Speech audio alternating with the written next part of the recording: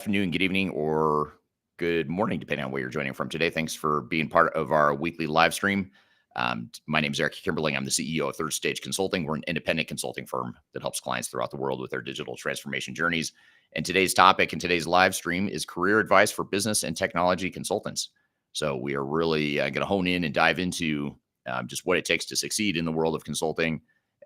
And joining me is a guest that I'll introduce in just a moment, a veteran in the business and technology consulting space. So I'm very excited to have him here today, and I'll introduce him here in just a moment. But before I introduce our guest, a couple logistical things. First of all, this live discussion, this live podcast interview that you're all a part of by being here today is going to be part of our weekly podcast called Transformation Ground Control. And that's a weekly podcast we publish each week that has to do with digital transformation, all things related to digital transformation. And you can find new episodes of that show every week by going to transformationgroundcontrol.com. And there's new episodes that come out every Wednesday. So thanks for being part of the live production of this podcast. And this interview will become sort of the center stone of an upcoming episode that'll come out here in a few weeks. Secondly, we love to get audience questions. I know career advice related topics are especially interesting to people that attend live streams like these. So love to hear any questions you have as it relates to careers in the business and technology consulting space. You can ask those questions by dropping those in the chat on whatever platform you're watching here today, whether it's YouTube, LinkedIn, Facebook, or Twitter or X. Please feel free to drop your questions in the chat. We'll keep an eye on the chat here, and we'll get to those questions as we go here today. And then lastly, before we get started, before I introduce our guest, if you don't mind, just drop in the chat what city and country you're joining from today. I'd love to hear where the global audience is joining. We tend to draw people from all over the world in these live discussions, so I'd love to hear where you're joining from. So just drop in the chat if you don't mind. What city and country are you in? Myself and my guest are both in Denver, Colorado, here in the United States, but love to hear where you're joining from here today. So all that being said, today's topic again is career advice for business and technology consultants. And joining me is Rob Novick, who is the CEO of a company called Pasture Advisors. Rob, thanks for being here today. My pleasure, Eric. Nice to see you. Good to see you too. And before I ask you to tell us a little bit about yourself, just a sort of a disclaimer. I don't know if it's really a disclaimer, but just to share with the audience, I suppose is a better way to say it. You and I go way back. I used to work for you 25 years ago. I worked for you, or 20, I guess it was more like 20 years ago. I'm not that old. But 20 years ago, you and I first started working together. You're an advisor to Third Stage Consulting now, but I learned a lot about consulting through you. And not to put you on the spot or put too much pressure on you, but the reason I wanted to have you on this podcast is because I learned so much about what I think it takes to be a good consultant. I learned through you. So I'm really excited to have you on the show here today. But before we sort of dive into some of these questions around consulting advice and that sort of thing, tell us a little bit about your extensive background in the consulting space and also what you're up to here nowadays with Pasture Advisors. Sure. I guess it's really kind of three parts, and I'll try not to make this too long. I actually started my career at Bell Labs, and my area of expertise at the time was machine learning. And I read once in a newspaper at Bell Labs about a company called McKinsey, and it got me very interested in consulting. So this is in the mid 80s. I wound up going back to business school, took a job in Europe with a consultancy that did work as the telecom industry deregulated across Europe. And we spent about 2 years there. And when I came back to the United States, I joined a company called North Highland. Eric, you remember North Highland? I know that. I do. Business consulting, management consulting, really an awesome organization. I couldn't say enough great things about my time at North Highland. But you could count the number of employees on two hands when I started. And when we reached about 700, things were different. The culture was different. The leadership was different. And so I started my own firm. I put half a bottle of wine into my wife, and out came the name Envision. And that's where the business name came from. And we started. I had a partner, and we wound up being just moderately successful. Ultimately sold to private equity. We merged with another firm. And then sold that to a very large international IT firm, and I kind of retired. Uh, but the thing that got me to Blue Pasture is what I really loved to do, which was um, advising organizations on how to grow. And I was always interested in the transaction part of things. And so that's how we got there. And Blue Pasture has been around now for I'd say about a year and a half. Um, it's been a very enjoyable ride so far. Yeah, it's sort of an opportunity for you to apply your consulting experience because you sort of are still consulting, but it's in a different context now. How maybe explain the types of clients you work with now, or how you made that transition from traditional consulting into what you're doing now with Blue Pasture. Yeah, at Envision, we work with really the Fortune 1000. So these are large companies, and anybody who's been in consulting for a while knows that you do a program or you give advice, and it kind of goes into whatever mechanism there is within that organization, and by the time it filters through to some result at the bottom, it could be years if you ever see it at all. Working with smaller organizations now, really in the middle market, we're looking at organizations from maybe 5 to 100 million top line. Those results are uh, right there at the fore, right? You make changes, you get to see those changes. It's kind of like running my own business, where I was able to make a decision and make a change. And now it's really through advising the executive teams. But for me, the tie back to Envision was we created 4 divisions at Envision. There was the Envision Business Consulting, a thing called Envision Capital, which I'll get back to, Envision Talent, where we helped place people at our clients, and then we had the Envision Foundation. We gave 5% of our profits to local not-for-profits trying to do good in the communities where we worked. But Envision Capital, the whole idea was taking some of the proceeds from consulting, investing those in smaller organizations, and trying to build wealth for our employees. It was a great idea. Occasionally we got sidecar funding. Ultimately, though, the problem was that in order to grow consulting, it really sucked all the air out of the room. So there was not a whole lot of money to invest in these other companies, which we then in turn hope to advise. And that looks exactly like Blue Pasture today.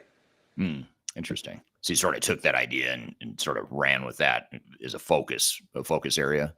Yeah, I pulled the piece that I enjoyed the most out of that and kind of resurrected it, and here we are Oh, now. interesting. So back in the day when you read this article about McKinsey you were talking about, and actually I don't know this part of your background, even though you and I have known each other forever. I didn't know this piece of it, but you read about a company called McKinsey. What was it that triggered or piqued your interest that said, hey, I might want to go back to business school and become a consultant? What drew you to the field? It was the kind of the projects. I can't remember the exact article, but it was the projects that they were talking about. And McKinsey had this cachet that they were all about business, and it was so funny being at AT&T, and the work that we were doing was so focused on one small area. I had no idea that this was going on in the world, that there were actually people who advised businesses. I mean, in a way, it sounds so naive, but that was the truth. It's, Right. every once in a while you get exposed to something that you actually didn't know existed. And so I started to do research, and AT&T was actually very supportive of it, and paid for my first year of business school with no strings attached. So my wife and I were actually very happy about that. That was another little box of gold that we wound up Right. stumbling across. Especially at that age, that point in your career when you're sort of Yeah, getting started out, it's nice to have someone pay for your school there. Um, absolutely. and another interesting thing, I don't want to gloss over this detail of your background, but I find it super fascinating. Is your degree was in artificial intelligence, right? You studied artificial intelligence 35 years ago. Is that right? So no, my degree was math, um, Okay. But the work that we did at the time was, it wasn't really called artificial intelligence. In the 80s, it was called machine learning, where Right. I was. And it was a lot of self-modifying code, that kind of stuff. And it really was fantastic. And, for those people who are familiar with Unix and C, I worked in a building where the people who invented that actually worked. And if you had a question, um, or you could go to somebody and say, this technology that you invented, it doesn't work the way as advertised. I was always wrong, I will tell you that. I would go in and I would say, this doesn't work, and they were like, you're using it wrong, or you're doing it wrong, and they would Right. explain it to me, and they were right, and I would go back to work, and I would apply what they told me. But that was one of the greatest parts about being there, was you were just involved with all these just fantastic minds. Um, Yeah. Everybody was smarter than me. I don't know how the hell I got in there, Right. honestly. It's a great feeling, though. I mean, well, it's humbling, I suppose, but it's also a great feeling, when because I've had that feeling too, where you're like, wow, I'm around a bunch of really smart people and I feel a little humbled, but I'm going to just take advantage of the opportunity to learn from all these people. Absolutely. Enjoy the ride. I'll fake it until Right. somebody either figures me out or I find success. Right.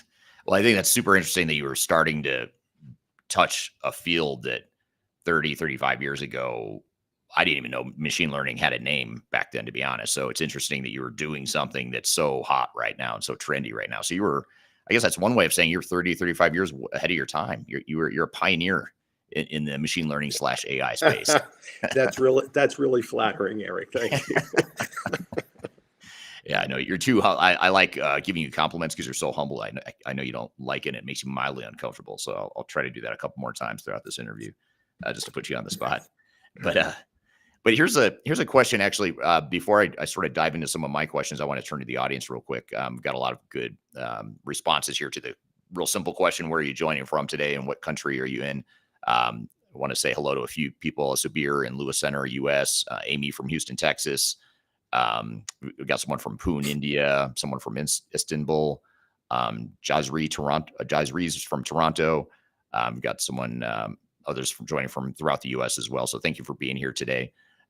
Here's a question from Darian, and this is actually similar to a question I was going to ask you too, Rob, but just to sort of set the context or to get things started here in the conversation, what are some of the things, the number one things that a newer consultant should focus on? I want to start with people that are maybe just earlier in their careers or they're thinking about getting into consulting. There's so much to think about as a consultant. There's so much you feel like you need to learn from a Yeah. technical hard skill set to some of the intangibles. What if you had to pick one thing, if I'm a new consultant, what's that one piece of advice or that one skill set that you think is important? Well, and not to expand the question, but you have to kind of split it into two parts, I think. There are those who are looking to join a consultancy and kind of what is that number one thing? And then there's, once you're there and you started, what's the one thing?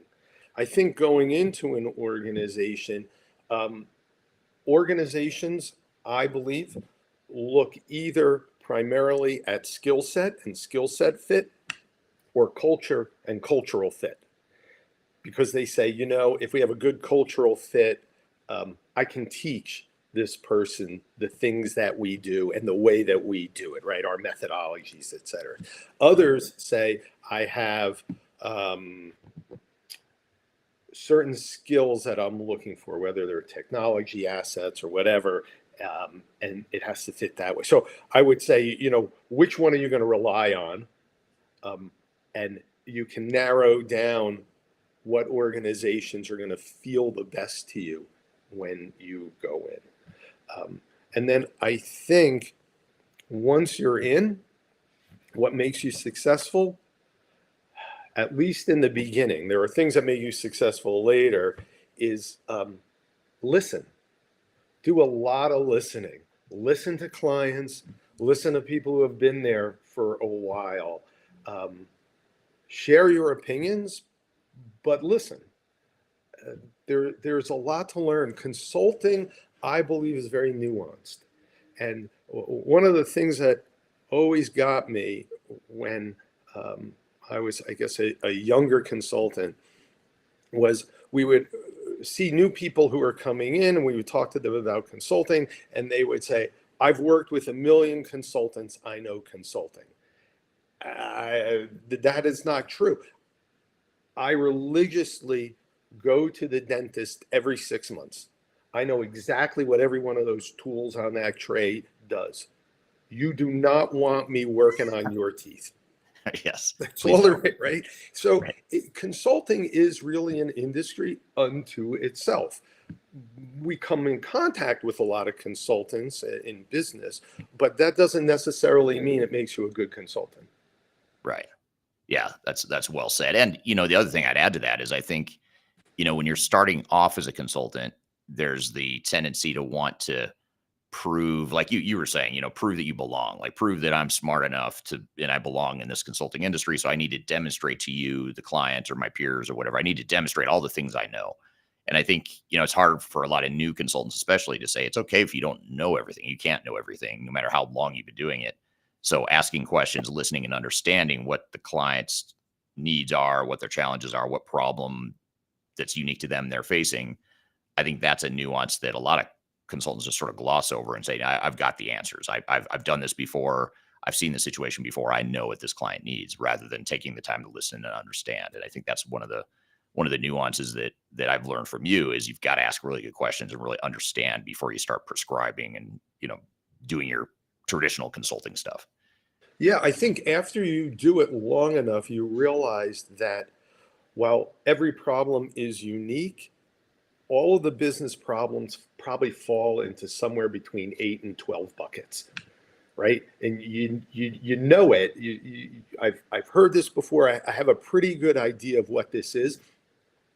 I may need 6 weeks to figure out that I'm right about Right. it. That the problem that I think it is really is this. But you get good at recognizing them, and then whatever solution you come up with really has to be tailored to the organization, because their culture is going to be different, their processes are going to be different, their people are going to be different, leadership is going to be different, right? Nothing, you can't take the solution from here, lift it and put it there, and then it just doesn't work. Yeah. Yeah. I totally agree. And even if you know what the 8 to 12 buckets are and you've seen those 8 to 12 buckets before, the combination of issues and the way it all comes together in a potential solution is usually different. I mean, it's going to have pieces Yeah. that you recognize from before that you've used before, but it's like your toolbox. You've got this huge toolbox. You've used the tools before over time as you get more established in your career. But even as long as you and I have been doing this, you rarely see a situation where, like, I've seen this exact same situation before. I know it looks exactly like this other client I worked with before. I mean, I can't remember the last time I thought that. I don't even know if I've ever thought that, to be honest. Yeah. So really interesting. So just in general, then, so listening. You talk about listening and understanding. What do you think some of the other keys are? And you talk about culture, of course. That's very important. I want to come back to that cultural thing, which is a really important one. I'm going to come back to that in a second. But what are some of the other hard and soft skills that you think are important for consultants, whether they're new consultants or established consultants? Yeah. Well, I think you answered one of them already, which is ask questions. Ask lots of questions. There seems to be this fear, usually for younger consultants, newer consultants, to ask questions, sometimes that they think, they should know the answer to, right? We've already kind of covered that too. I think the truth is it's always great to hear it from the client's perspective of, how do you see this? What do you think is the answer? And another one, especially as you become more mature, is knowing the right time to ask for the business, which is Mm. another thing. Business development, um, I may upset some people by saying this, but I can always find somebody to deliver the work. Always. All right. And too often there's this hubris with delivery consultants that they're the most important. You are important. You're important to the client, you're important to the organization, but some pigs are more equal than others, if you remember Animal Animal Farm. Farm, And, right? and, and that is the consultant who can deliver craft solutions and close a deal is way more valuable to the organization because they are a lot harder to find. Um, and you have to begin to develop those skills. You have to, and it's a lot of it is timing. It's nuance, and you got to understand when the right time is and how to get the client away from whatever it is that they're thinking about to focus on the problem. Sometimes, right, it's dinner. It's a dark restaurant where you have a little bit of time and you can finally ask the question of the client, are you ready to do this now? And this is how much I think it's going to cost. And to be able to kind of craft the solution right there. I used to love that. When I was a kid, we would go to this restaurant called a Ground Round, which some people probably remember. They had peanuts on the floor and popcorn and stuff. But they had this magician, and he would come to the table and he would do stuff right there. He'd roll up his sleeves, and he'd make an egg appear out of like thin air and then make it disappear. And I always thought about that as kind of business development is actually you're at the table there with the client, and you're crafting that solution right there. And you don't have all the answers, but you have enough of the pieces that you pique their interest and they say, yeah, this really makes sense. Well, great. Let me go back. Let me talk to my team. We're going to put this together. We're going to put a letter together. We're going to put it in front of you, and we're going to move forward. Yeah. Yeah. Yeah, that's a great analogy or metaphor with the magician. But I think going back to a word that you use, I think is critical to maybe unpack a little bit. And that word is hubris. And I think just to build on that, I mean, I take it one step further and say I think one of the most damaging or the most ineffective and undermining traits that a consultant can have is that hubris. That, in other words, that thought that I have the answers. I know everything I need to know. And I think, you see this usually people that are more mid to late career consultants they've been doing it for 20, 30 years or however long. They've been working with the same technology or the same type of business consulting. And they start to get this mentality of, yeah, I've seen this before. I know the answer. I don't need to take the time to understand you, Mr. or Mrs. Client, because I've done this a million times. The minute you do that, I think, you become a lot less effective because the client starts to feel like, hey, you're not listening, you're not understanding. Even if you do understand the perceptions, you're not, because you're not taking the time to understand. And then second, it tells me that you're not continuously sharpening your axe, you're sharpening your saw and continuing to learn and understand. And the minute you stop learning and understanding, I think you stop being a good consultant. And the minute you start thinking you have all the answers, I think you stop being a good consultant. But I'm curious here. I know that's a strong statement, but want to hear what your thoughts are if you had anything to add. Yeah, I'm going to piggyback on that, Eric, because one of the mistakes that I've made, and I've seen others make enough times to know that it happens, and it happens like all the time.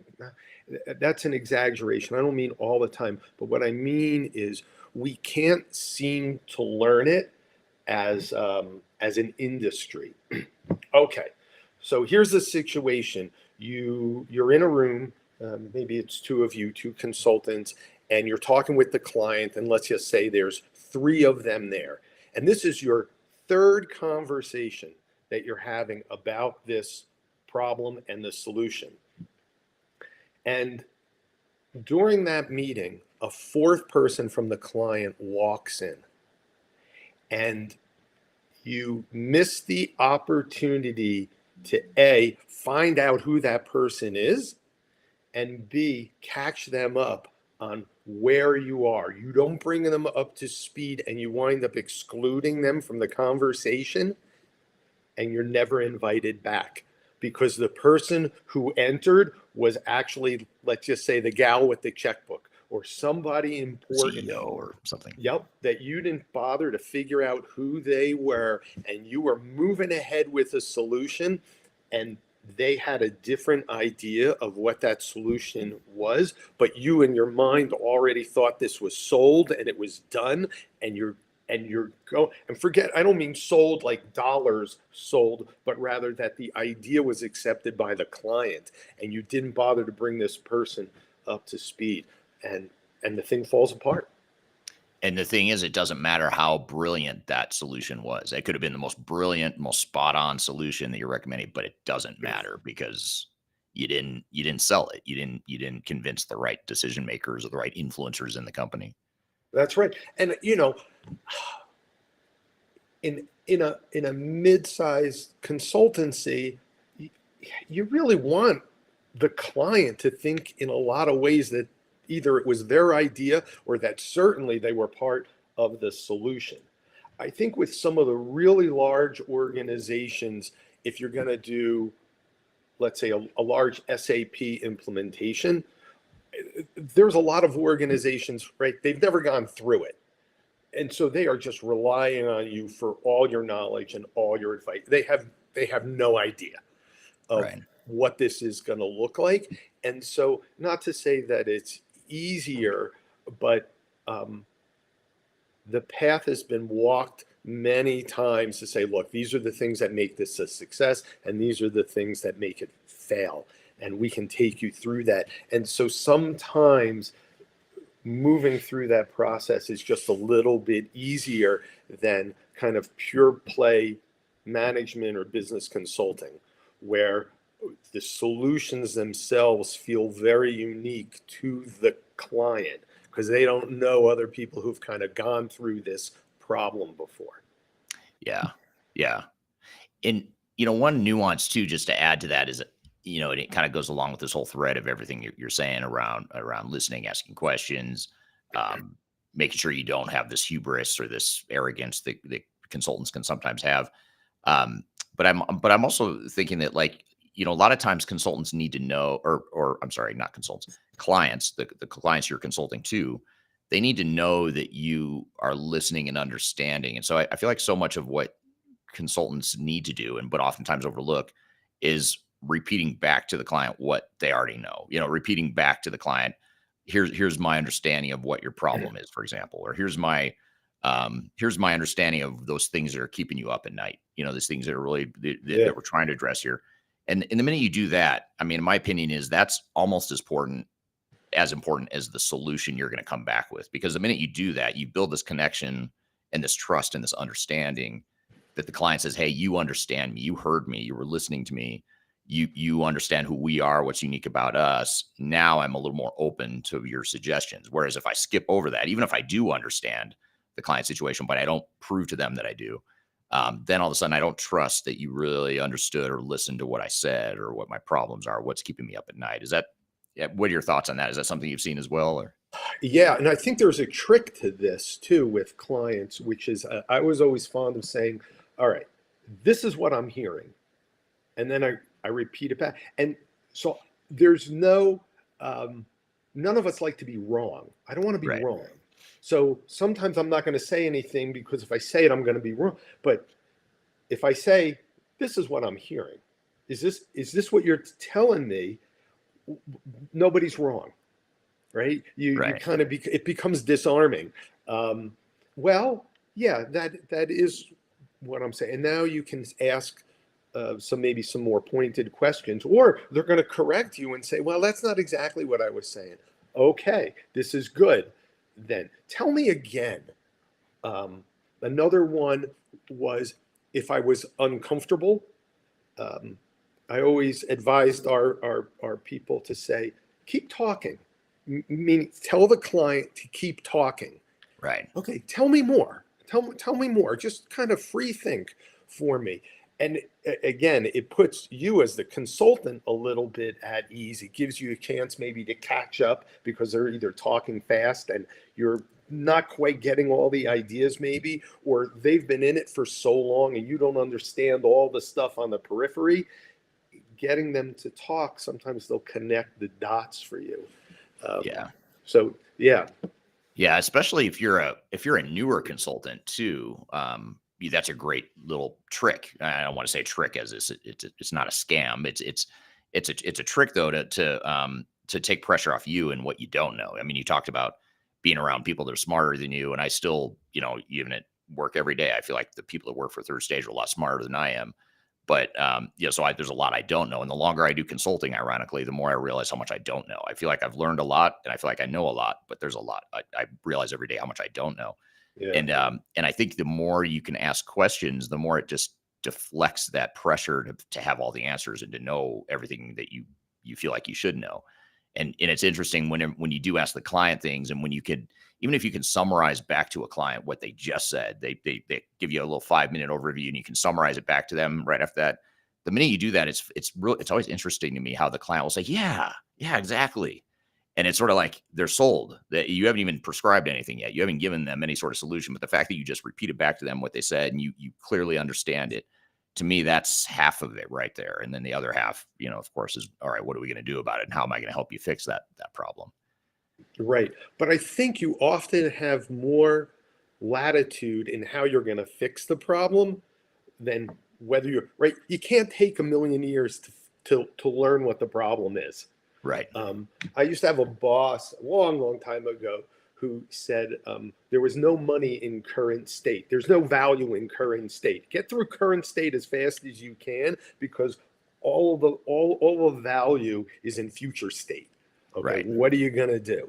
Um, and I like your comment about everybody being smarter than you. You know, you're surrounding yourself by with smarter people, and I think good consultants really enjoy that, because good consultants really like to learn.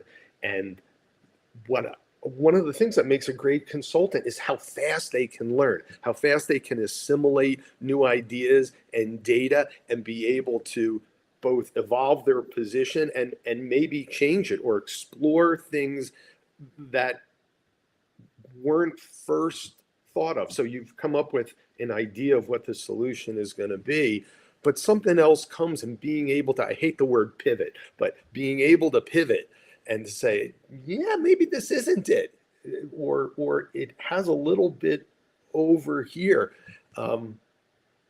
And I always enjoyed that part too of learning, right? Yeah. Learning more. There's seeking out that other person who's got either the kooky idea or who's smarter than you. The only trouble with that is sometimes it's just hard to keep up with those people, Right.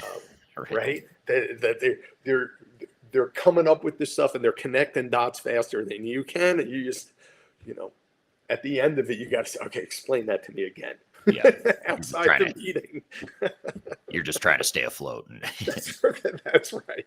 Right. And, clients too, I feel like a lot of the learning that I learn every day, and the reason I like to stay connected with our clients, even as we've grown and even as I've backed out of or moved above, from some of the day-to-day delivery stuff on the consulting side, I learn so much from clients. I mean, it's so funny because they hire us because we're the ones that know what we're doing. We're the smart ones. We're the ones that have the answers and the experience that they're looking for. But I learned so much just from talking to a client, like the challenges they're going through, and, their history as an organization. Sometimes there's industries we'll deal with because we work in so many different industries. There's industries I didn't even know existed. I'm like, there's a whole industry around that. I had no idea. Or Yeah. you built $1 billion company doing this. I'm like, that's insane. I didn't know that. I didn't know that existed. And tell me more. And so you end up learning so much about just the world in general by being a consultant, which I think is probably the most rewarding part. Yeah. Well, thinking of that too, I've had clients say, well, why should I hire you? Why should we hire you?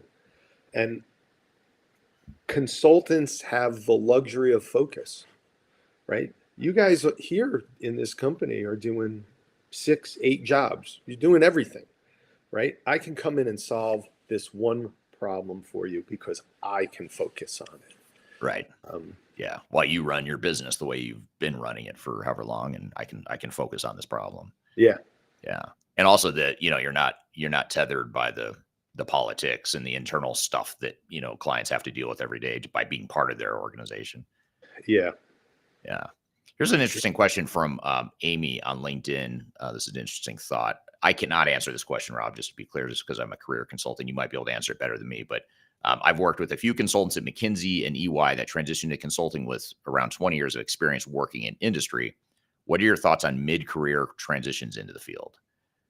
So in other words, people that aren't career consultants, they didn't start off like you and I did early in our careers becoming consultants. They decide halfway through or however long into their career, like, hey, I want to take this knowledge and this these skills I built and I want to become a consultant. How do you, how have you seen that work in the past in terms of mid-career transitions?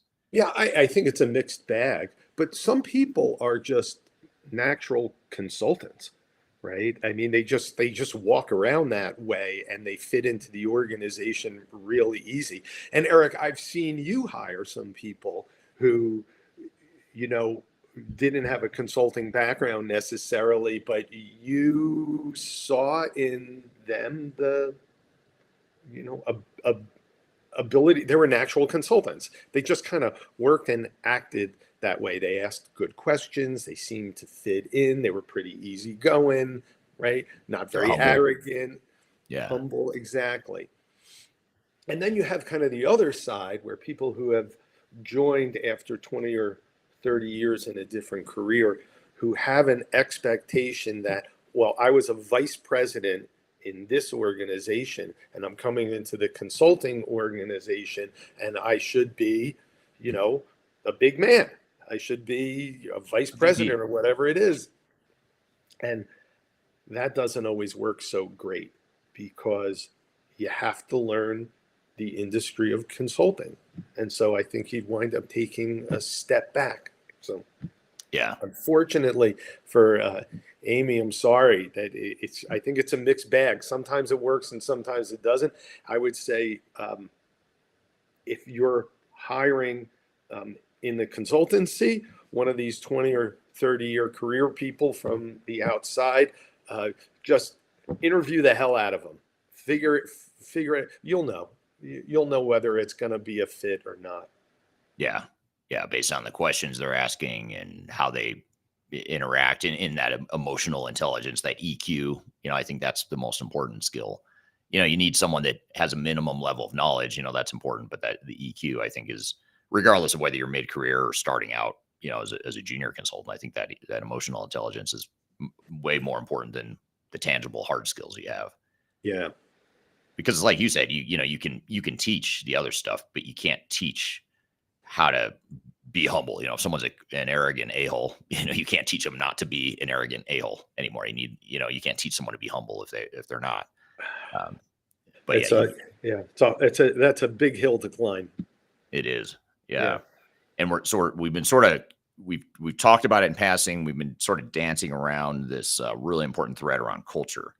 So I want to spend a few minutes diving into culture here. But in your opinion, what kind of company culture, in the companies you've built and worked with and advised, you advise consulting firms now, including Third Stage, you advise us on how to help us scale and grow our company.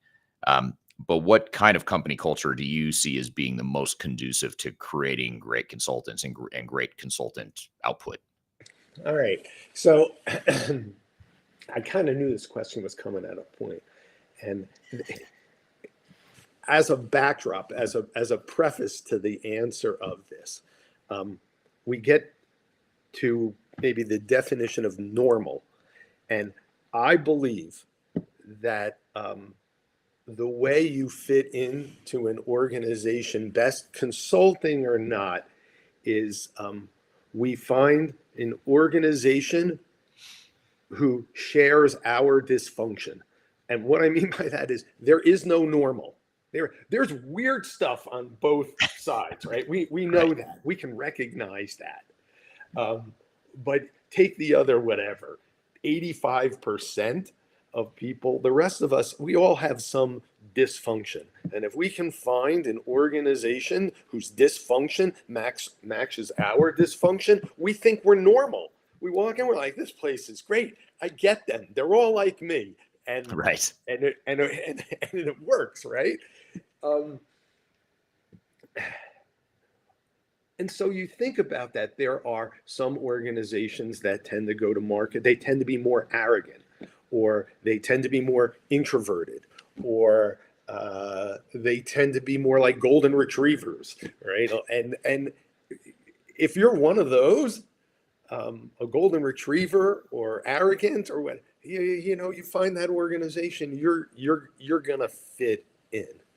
And you can't really say that being one of those cultures is going to be successful or not successful because they all exist out there, right?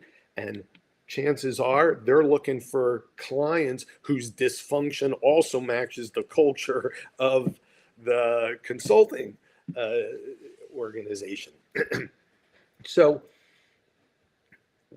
I think when you're looking, it's probably talking to a lot of people to see how they act. I have a kid who just graduated from college, and he was going through the interview process. And I had to remind him that you're interviewing them for these jobs as much as they're interviewing you. And as Right. young people, we tend to go in and we just want them to love us. And if they love us, it's going to be great. Yeah, we all want to be loved, but at the same time, it's okay to ask questions. It's okay to see if they're going to fit with you. Are you going to feel comfortable there, or have you kind of been pretending who you are? And then when you join the organization, I mean, it's hard to pretend for a long time. You kind of have to be yourself. Eric, I don't even know if I've answered your question. I got so lost in my No. preamble here. Um, so No. let's kind of attack that one again. Right, right. No, that it's great. I mean, you're hitting on something that's real important, which is back to the there's two things: the emotional intelligence piece of it, but also the understanding. Is this the right place for me as a consultant? By asking questions, like for example, one question I love to ask, and I actually really like it when people ask me when I'm interviewing people is, but when I was interviewing, I used to love to ask, what does the ideal consultant look like? I mean, what types of consultants fit in the best to this organization? And then I'll ask which ones don't. What are the types of consultants or the types of people that you've hired that don't work out here? Or what type of personality or skill set is not going to fit here? And really just understanding, like, does that sound right to me? And then it also demonstrates, it also helps because, again, back to the emotional intelligence thing and asking questions and understanding. By doing that, you're seeking to understand, which is going to build a deeper connection with that consulting firm. But I guess, coming back to this is all I think the problem here is culture is such a massive Pandora's box of stuff that we could spend 2 hours just talking about a consulting culture, which unfortunately we don't have time for. But the question is more around like the company culture, and what type of culture do you think, or is there a type of culture that consulting firms should have, or traits they should have that's gonna create great consultants and a great consulting output? Yeah. Um, I think one that allows for mistakes. Hmm. I think one that pushes younger people to achieve more. I like the idea of having an organization um, allow a younger consultant to kind of be on the trapeze, so to speak, but operate as a net below them, right? We're going to let you fly, but if you fall, we're going to be there to catch you. You're Right. not going to tank the organization.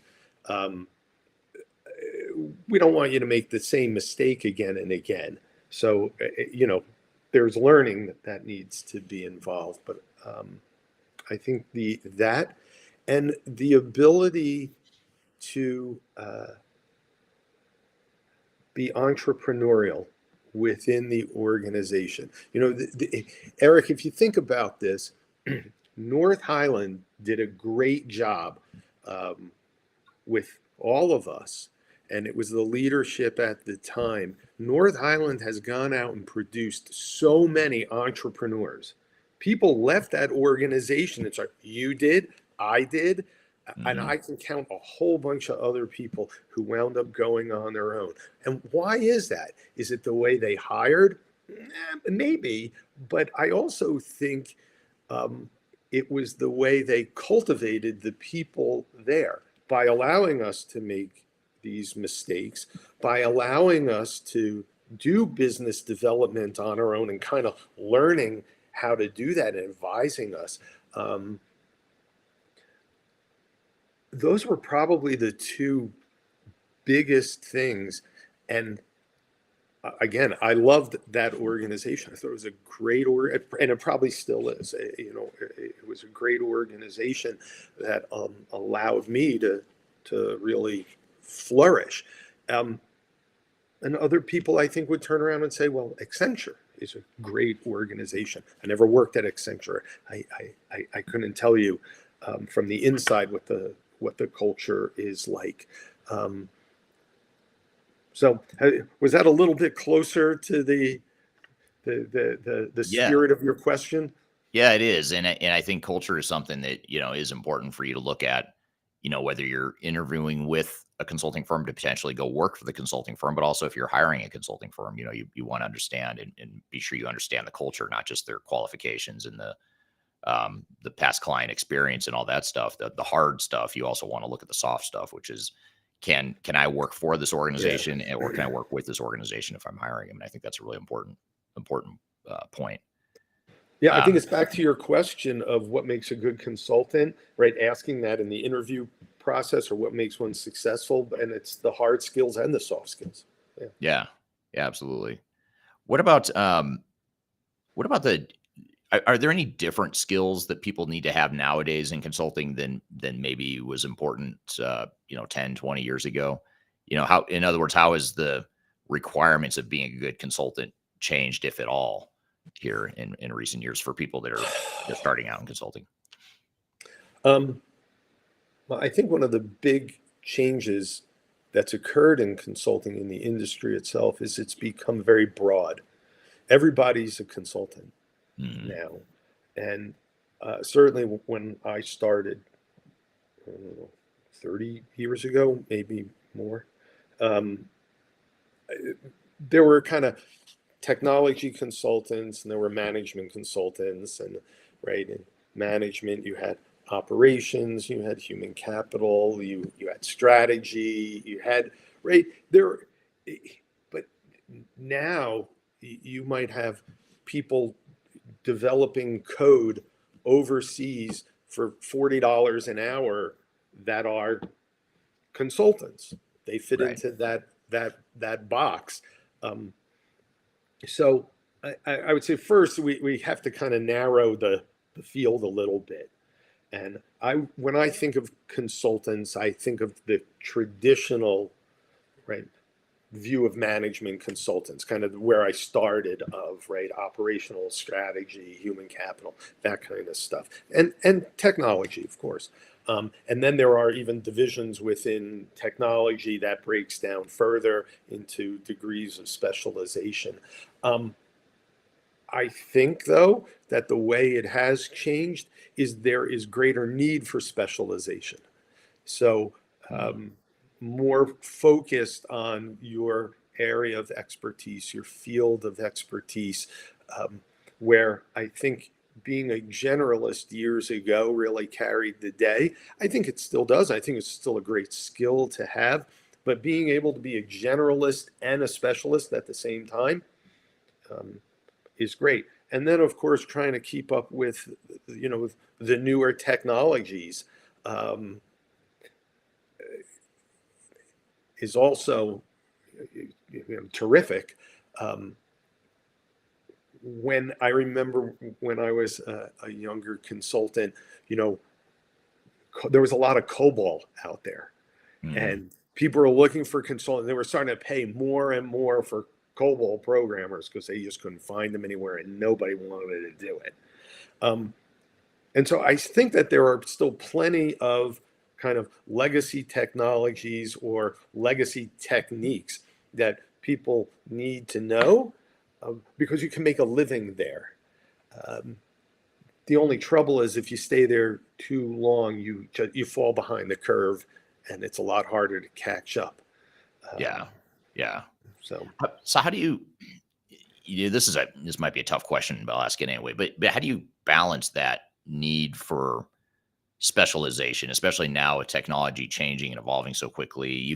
There's just no way for you to know everything about every technology and every business solution that's out there. So, especially earlier in your career, you have to sort of focus and pick an area you're going to hone in on. But at the same time, to be a really good consultant, to be a great consultant, I would argue you have to understand how the big picture works and how what you're doing over here on the technology side affects the people and the process side and the strategy side and vice versa. So how do you navigate that? And I struggle with this myself, to be honest. I mean, even now, 25 years into my career, I still struggle with like how much do I want to specialize versus how much do I want to have a big picture, broad understanding of how business and technology and strategy all fits together. I think part of that is it might just be personal. Is I realized early on that I was in a career that was very focused. Right, we would pick an idea and we would drill just a mile deep, and it it didn't give me the same buzz. It didn't excite me the way the big picture does. Um, Hmm. I'm almost just the way I walk around the world. I'm a strategy guy. I'm a big picture guy. That's just it. My wife tells me all the time. She's like, "Come on, focus, focus," because I'm somewhere else. My head is somewhere Yeah. else. I'm putting bigger pieces together, um, and so I admire those people who can focus that way and drill down. But maybe to answer your question specifically, um, companies also don't move as fast as the technology does, right? They have something embedded in their organization. They're not going to change it every 6 months because things are changing. They're like, I got to run a business. My business is not the technology. The technology supports my business. And so, you know, knowing some of this legacy stuff isn't such a bad idea because you can actually help your client with the problems that they actually have. Right. Um, I think we just have to force ourselves to try to learn new stuff, read articles, be involved in projects that have something new that I haven't been exposed to before. And over time, I think you just get better at putting these pieces together. Um, and constantly building that big picture. I think, right, seeing enough of it is it's almost automatic. It forces you to see the big picture um, in a way, whether you want to or not, unless you just stay in this very specific place your whole career. Yeah. So, how's Yeah. that for kind of a non-answer? That was a No, it's a great one, and it's yeah, I think what you're saying is there's no right or wrong answer. I mean, I think it's a matter of kind of fitting to your personality, and um, I would say that if you do specialize, I think it's important to at least secondarily understand the big picture outside of your specialization, because you have to understand what the impacts are of what you're doing here over in this little thread that you're honed in on or focused on. There are impacts to other parts of things that maybe you're not an expert in, but it's helpful to understand that, for example, if I, deploy a, off the shelf cloud solution that's relatively rigid or inflexible or whatever you want to call it, that's my specialization. That's okay. Keep doing that. But you need to understand, well, there's a people impact to that too now. Like, people are not going to adapt to that change as easily as if you had a highly customized solution that you're deploying. And so, not to say, well, then you should change your specialization because there's a negative impact potentially. It's just no, to just understand what that is and understand that the work you're doing has an impact over here, and you have to just be able to, at the very least, empathize with how that affects other parts of what you do. yeah. I Um, think that's well said, Eric. Here's some. I'm just going to pull out some interesting, just random comments here before I get to a couple other questions I have for you, Rob. But here's a comment from a few minutes ago from Sabir on YouTube. It says 1980 machine learning. Some discussion on the Simulmatics company would be very relevant. I don't know what that is, but I don't know if you've heard that term, Simulmatics. I haven't. All right. Well, that's all right. It's a little out of scope for. We're not going to get into 80s machine learning in this conversation, but interesting comment there. Here's another comment, just sort of agreeing with something you said earlier, Rob from LinkedIn. 100% agree. Ask questions before you diagnose and prescribe a solution. So, thank you for that comment there. And then here's a question or a comment from William on YouTube. William says, yes, getting real buy-in requires artful communication with key situational influencers. Newbies get a hint of yes and barrel through the process, then inevitably run into implementation problems. So I think that's well said. If you don't take that time to understand the influencers and the politics, that's another thing. You have to Yeah. understand the politics of the organizations you're consulting to, and not, for better or for worse. There's probably some weird, unhealthy or ineffective politics and things that happen internally, organizationally. You have to understand that lay of the land, that understanding. And back to your point, Rob, the value being in the future state, not the current state. My response to that would be, well, you can't be effective in the future state unless you understand the current state, because you've got to be able to navigate those pitfalls and those Mhm. landmines along the way. Yep. And then here's another, let's see, a couple other comments here. Here's just a fun one. William, who I know watches a lot of our stuff and knows that I like rock and roll. Maybe he even sees the Def Leppard album right behind my head here. He says, FYI, Def Leppard is on tour this summer. Big show. So totally out of scope, but thank you. I appreciate the comment there. So just some fun comments and thoughts from the audience there. So just, I want to ask you two closing questions here, Rob. One is for people that are starting off in consulting, and the other one is going to be for people that are maybe further along in their careers and they're trying to either transition to consulting or take their consulting to the next level. Let's start with people starting off in consulting, people that are just starting off. What closing advice would you have? Like if you're going to leave people with one or two things as they think about how they enter the world of consulting, what would that be?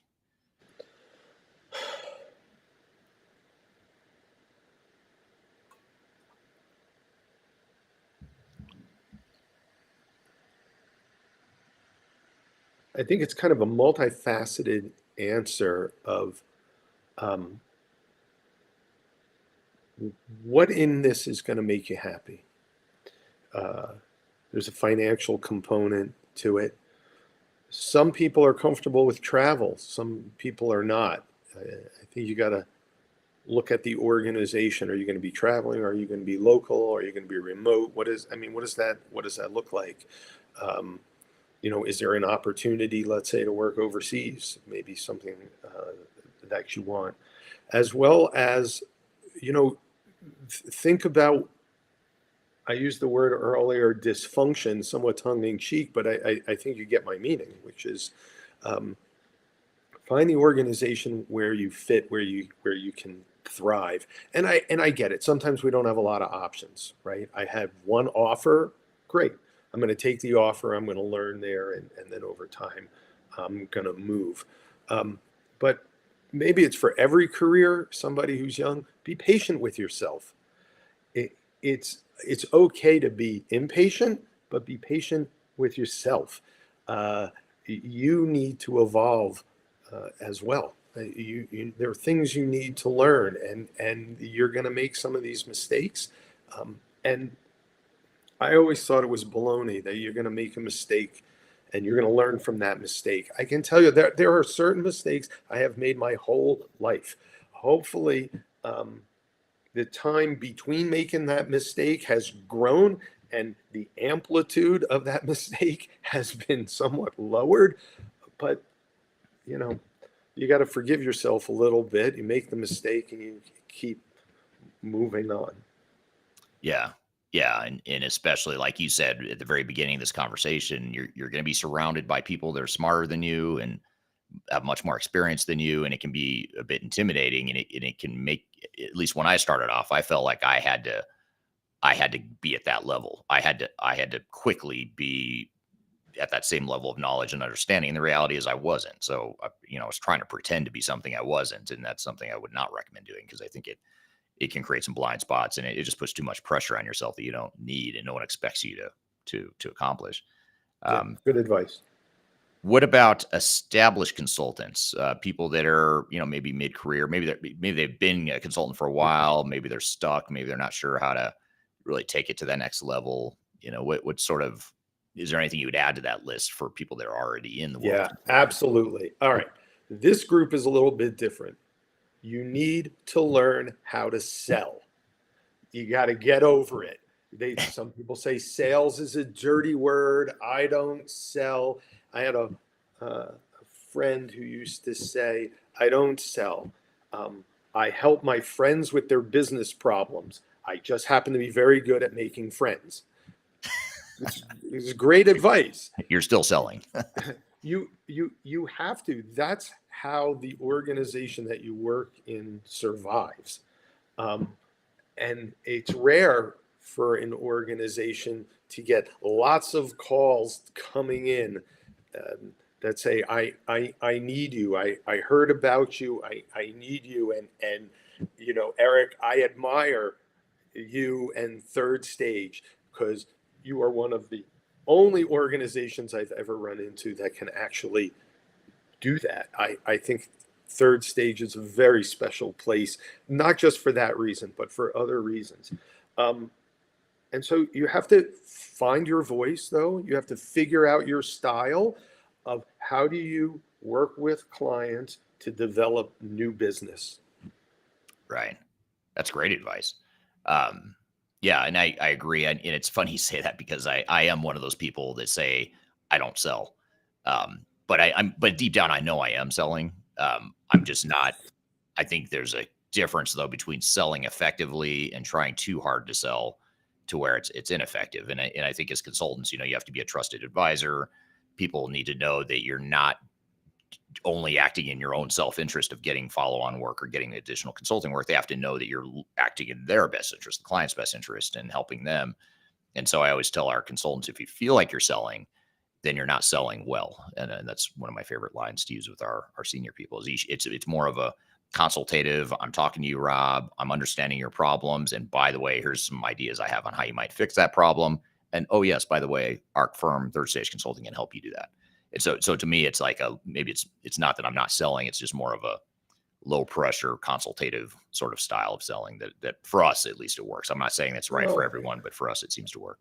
when you use the word sales and people think of used car salesman, Yeah. it's not. It, call it whatever you want, but money has to flow into the business, and somebody has to be able to get it. And if you're sincere as you're talking with the client about their problem and you believe that you have the solution, well, they're going to solve the problem. I would rather that they solved it with me and not with that guy Right. over there. Right. And, but there seems to be this hurdle, and frankly, it is people. I think maybe they feel dirty if Right. they do it because, well, they don't really know the technique of what you're talking about, of how to be consultative, how to work with somebody to craft a solution, and knowing the nuance of timing to say, okay, well, now we're on the clock. Yeah. So I've got to put a letter together in order to actually, for us to pursue this together. Um, Yeah. but, you may be a hunter or a farmer. The farming right within existing accounts, are you walking the halls when at, at the end of the day to see who's still working and who might need help? Or are you the person who's really good at church or at your, book club or whatever to be able to chat to people a little bit about what they do and Right. what you do. And the final thing maybe is that the number of times I've heard consulting organizations or professional services organizations somehow finally tell the client, oh, this is what we do that. And the client says, really? And you think, man, you should have been saying that 6 months ago. They don't even know Right. what you do. The client doesn't know what you do. You're so afraid to Sell. develop the business that you're not even talking about what you're great as an organization at, and something I think to be proud of. If you're doing great work, it's you should be proud of it. Yeah. Yeah. Well said. And I couldn't agree more. And it's almost like, you have to have that mindset of you want to be a trusted advisor. You want to help a client. Then part of helping that client is showing them what you know, showing them what you can do, showing them how you can help. And you don't have to call it, you don't call it sales, call it something else, business development, whatever you want to Business call it, development. consulting, Yeah. whatever but the point is you need to be able to be effective in that selling.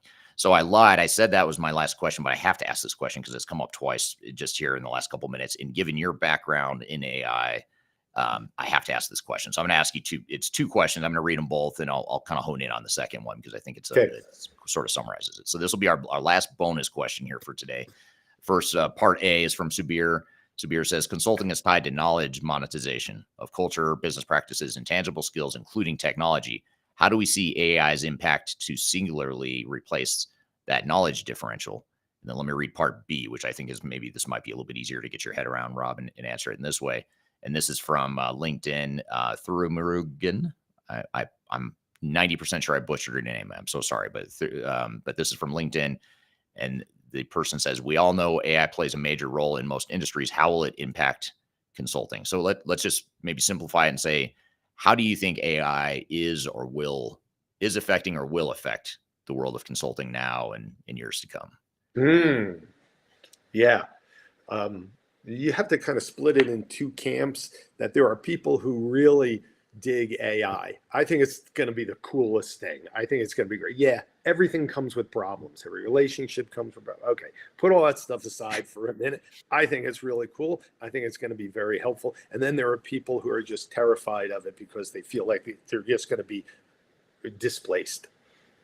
Um, I think what you're going to see with AI in consulting is going to be around the periphery at first. Meaning, I sit on the board of actually an AI company that has a platform that responds to RFPs. You put an RFP into this technology, and in about 20 minutes, it has written the entire answer response without your calls and resumes. Um, and that process used to take days, if not weeks, to do. You still have to edit it and look at it, but it's been trained to go out like ChatGPT and look at the world of RFPs and the responses, and it writes it. And it's, to me, Brilliant. it's cool. And so later on, there are going to be two groups, right? There's going to be one group that's using some RFP response technology, and those who are still doing it the old fashioned way. And it's just going to get them, it's just going to be faster. I'm going to be able to respond to that many more RFPs. I think you're going to start to see stuff similar to that with requirements. So I'm going to ask a whole bunch of questions. I'm going to figure out what the key requirements are. And then there's going to be like everything, right? There's all of these other requirements that we know need to go into the document. But the strategic requirements are the ones that the consultant, I think, is really going to figure out. And the rest of them can be done by AI. It's just going to be, right? It's out Yeah. there. All these responses are out there. I see that. I see AI being able to help me structure my thoughts if I'm going to do a client interview and what questions I should be asking, as opposed to going back and looking at, old questionnaires. I could even today, I could probably go out to ChatGPT and put that in. I'm going to do an interview on this topic. What are some great questions to ask?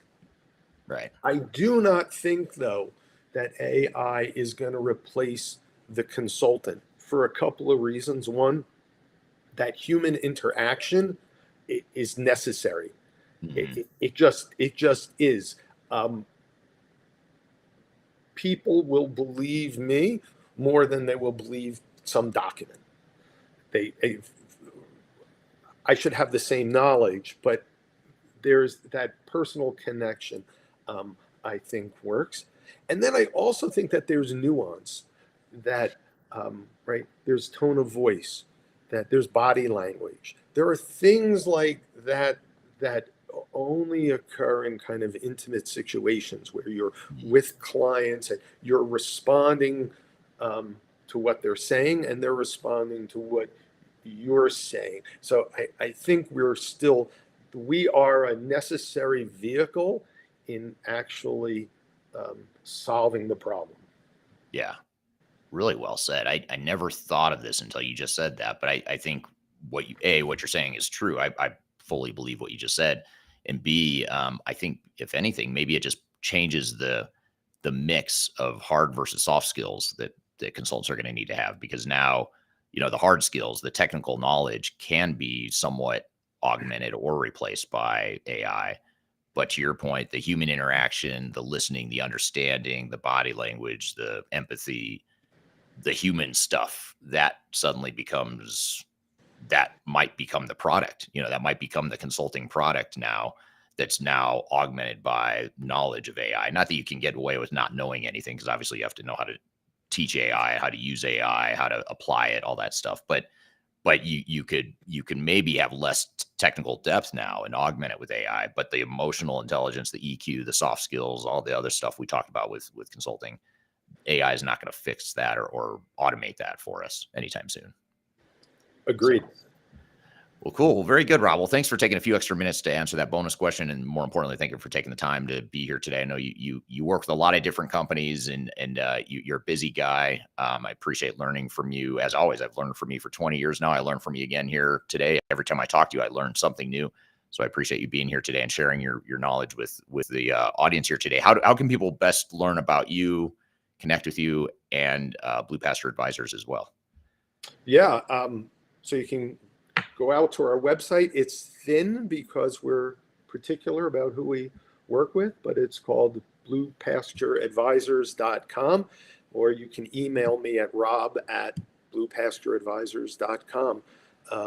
We have some articles that are out there on how to transact, but Eric, I love doing this, and love to have a dialogue with people about what they're working on, and hearing what's going on in the world. Yeah, absolutely. And we've tagged you on LinkedIn too. So wherever if you're watching this on LinkedIn, just go to the show notes below, the description below. You'll see Rob tagged there, as well as his company, Blue Pasture Advisors. So you can also go there too if you want to connect with Rob on LinkedIn. So, well, thanks again for being here today. Really appreciate it, Rob. And thank you to the audience for being here and all the great questions. Hopefully you've learned as much as I have here today. And again, this live interview format, we do it every Tuesday, same time, same place. Keep an eye out. I think 3 to 4 weeks from now is the official episode that will feature this interview once we edit it and add some additional content to it, add the music and the cool title transitions, all that cool stuff that go with podcasts. We'll do all that. You'll see it released in a few weeks here, and you can watch that weekly podcast by going to transformationgroundcontrol.com. And Transformation Ground Control is the name of that podcast. So thanks for being part of that live production here today. Hope you have a great day, and we will see you next time. Take care.